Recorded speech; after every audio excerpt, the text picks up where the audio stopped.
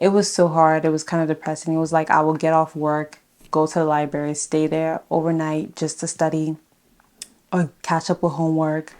And I was miserable. Hey guys, this is Mitchell Trades and welcome back to my channel. So today I'm going to be talking about graduate school. For some of you guys that have been watching me and following me, I've been on this journey for nurse practitioner school to obtain my doctorate in nursing practice, to be a family nurse practitioner. And it hasn't been an easy journey at all. Just the sigh can tell it all because it's just not an easy journey. Honestly, like, I wouldn't even tell anyone to do it unless it's what they're passionate about. Like, it's not one of those things where it's like, oh yeah, just get your certification, you'll be fine. Like, this is a commitment. Just like nursing school, it's a commitment. So for any of you guys who are thinking about, and this goes for not just only family nurse practice, it can be for any other graduate program, maybe midwifery, anesthesia, adult care, pediatric, NP, all of that stuff. Just graduate school is not a joke. So yeah, so if you're thinking about joining graduate school, I don't mean to discourage you, but I also want to use this to also encourage you with just some information that you need to know before applying to graduate school.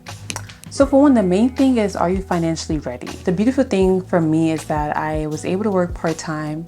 No, I was able to work full-time at the moment and go to school part-time.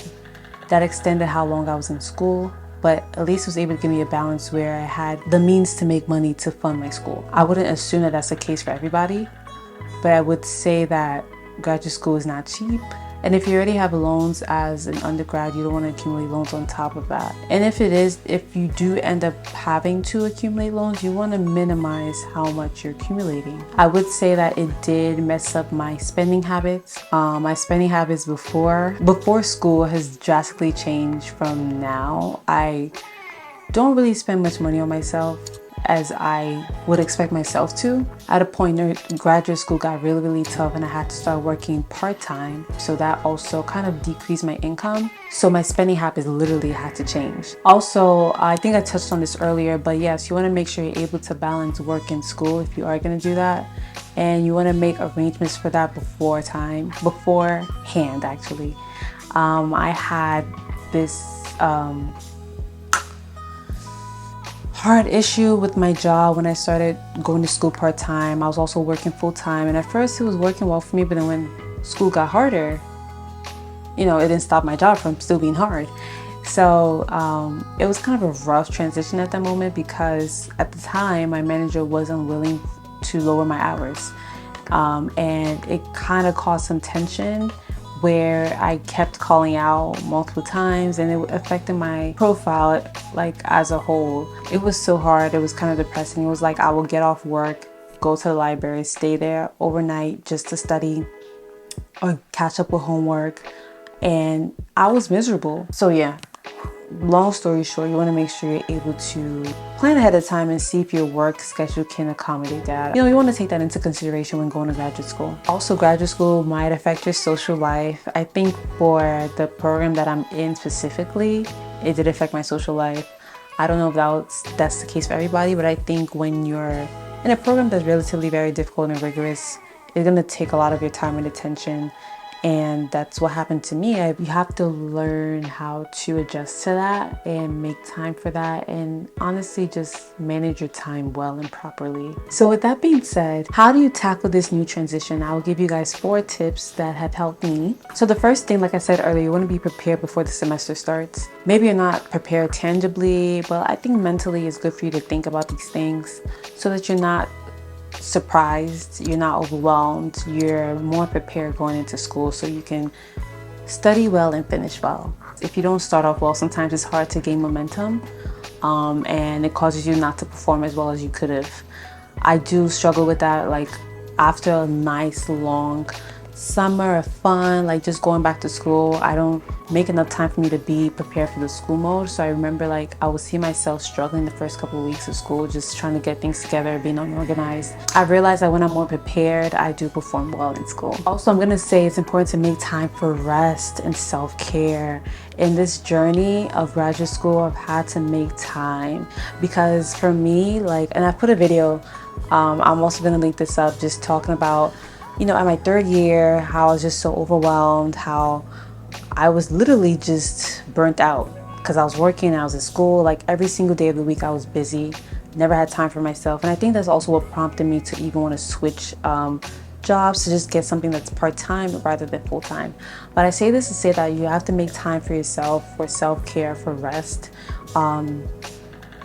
It's just, I don't know if how it could be done without that, without driving yourself crazy or feeling like you're neglecting people that you love, or feeling that, you know, you're not performing well. I just think that for me, I've been able to survive by mandatory rest, even if it's not going out, even if it's choosing not to do certain things. I'd rather just get my rest, go home, sleep, try and relax, kick up my feet, watch a movie, eat some good food. Like, that's my idea of rest and self-care. Sometimes I will go get a manicure, pedicure or something, or treat myself in some way. And another tip is honestly to continue with the end goal in mind.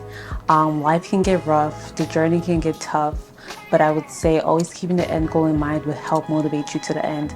Like, even at my worstest and toughest times in graduate school, I just think about the end goal, like, okay, this will all be over, this is only temporary. That's literally what I tell myself out loud. This is only temporary, this is only temporary, it's gonna be over, this is not how it's gonna be forever. So whatever it is that you can say to yourself to encourage yourself, I would suggest that. For me, I always say just keep the end goal in mind, knowing that at the end you're gonna be happy that you made the decision that you made. And lastly, something that's important to helping your transition to graduate school is to build a community, or if not build, find a community of like-minded people. I've been surrounded, fortunately, I've been surrounded with a lot of people that are in the healthcare field. Some of them in the process of going to school, some of them in school, some of them have finished school. So it helped me a lot to stay motivated because I always was around somebody that was studying. I was always around someone that was in some health related school program. So I always felt like I was connected to people and I could find someone to share my struggles with, to vent to, or someone that could understand where I was coming from and just be more of a listening ear to what I am saying, and also vice versa. So that's something that's very important. Sometimes finding community can be hard, but I would say, let's say, start from your classmates. I can be antisocial sometimes, not all the time, but sometimes I can be. But I've found community in my classmates over the years where we have group chats. I have their phone numbers and I text them. Every now and then we talk about life, we talk about school, we just talk about how we're coping. And that helps me feel encouraged knowing that I'm not alone. You don't want to go through this alone, even if it's talking to your family, your friends, your significant other. You want to make sure that you build a community of like-minded people who can understand you and help encourage you to finish school. And with that being said, that concludes my video. I hope you guys liked this video and learned from it. If you have any questions, feel free to put them in the comment section. Make sure you subscribe to this channel if you haven't, and make sure you share this with a friend, someone you know that's in nursing school, trying to go to grad school, like whatever the case is.